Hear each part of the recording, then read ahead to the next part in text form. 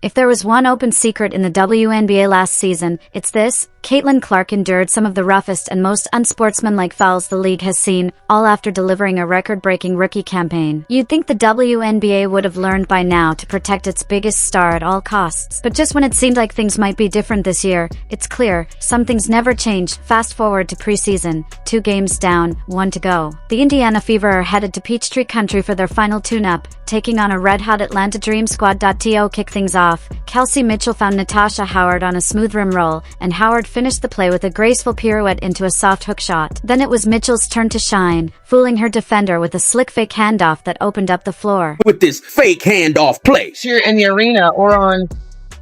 After grabbing the rebound, the Queen took matters into her own hands, pushing the pace and slicing through every defender in a white jersey for a dazzling coast-to-coast finish. Just a miscommunication. With the Fever building momentum, the Dream's 8th overall pick, Tahina Paopao, stepped up with back-to-back fearless drives to the rim, keeping her squad level at 11-all. Explosive, entertaining.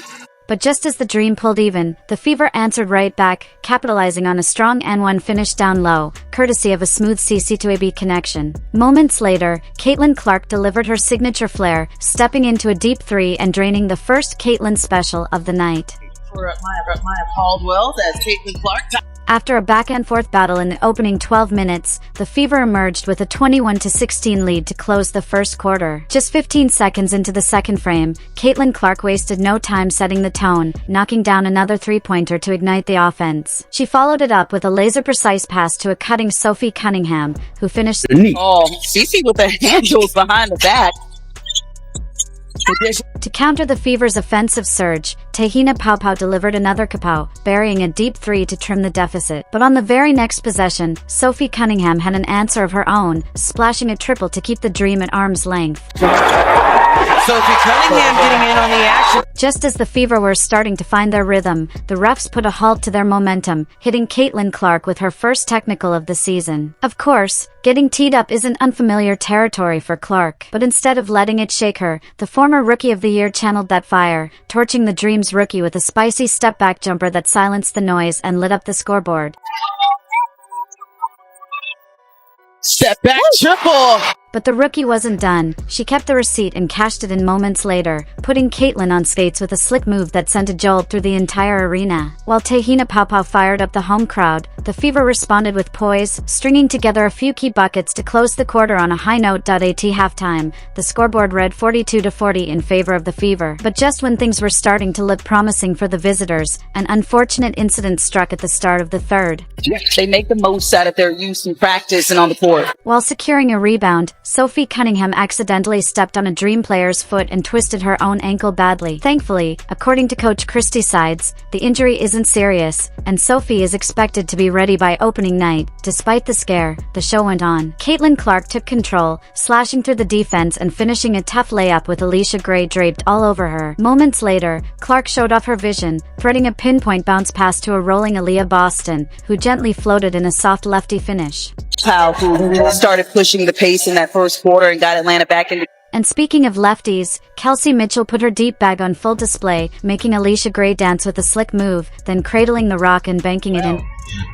Kelsey Mitchell, the Dipsy. With the Fever threatening to pull away midway through the third, the big and bruising Brianna Jones stepped up, muscling her way to back-to-back buckets, a double whopper effort that kept the Dream within striking distance. After that interior battle, the game turned into a shootout. Kelsey Mitchell buried a corner pocket 3, only to have it immediately answered by Ryan Howard's off-balance, running triple on the other end. Now down by 2 with just 3 minutes left in the quarter, Caitlin Clark drove hard into the paint, and out of nowhere, took a blatant hack to the face from Howard. As Clark lay on the floor, Howard stood over her, staring her down. To make matters worse, DB caught an elbow in the aftermath, yet the officials, shockingly, swallowed their whistles on both obvious fouls. Still, the Fever didn't let the poor officiating derail their focus. Fueled by frustration, Clark responded the best way she knows how, flicking a full-court laser to a streaking DB, who capped it off with a full-court pass. By the end of the third, Indiana held a 63-59 lead over Atlanta, with Coach Christie's sides opting to rest her star players for the final stretch. An unlikely hero emerged to secure the win for the Fever. To kick off the fourth, Lexi Hull drew a couple of defenders and, with poise, found Emma Timpson cutting to the basket for an easy finish. So all you've seen at practice too, working with the shot, how to handle pressure as well. Then, Lexi Hull put on a mid-range clinic, calmly sinking a smooth 15-footer before following it up with a fearless attack on the rim, driving hard to the basket off a similar Lexi Hull getting downhill, finds the bucket and one. After that, Jaylen Brown stepped up and knocked down a deep three, pushing the Fever's lead into double digits. I'm sorry, Angel. Jaylen Brown is one of those players who scored 21 points again. Despite the home team's efforts to mount a comeback, Lexi Hull became the Dream's worst nightmare. She drilled a perfect jumper off a pin-down screen, then, to seal the deal, powered her way to the basket and threw it down through traffic. To cap it off, she stroked another smooth, silky jumper from the foul line, putting the final nail in the coffin.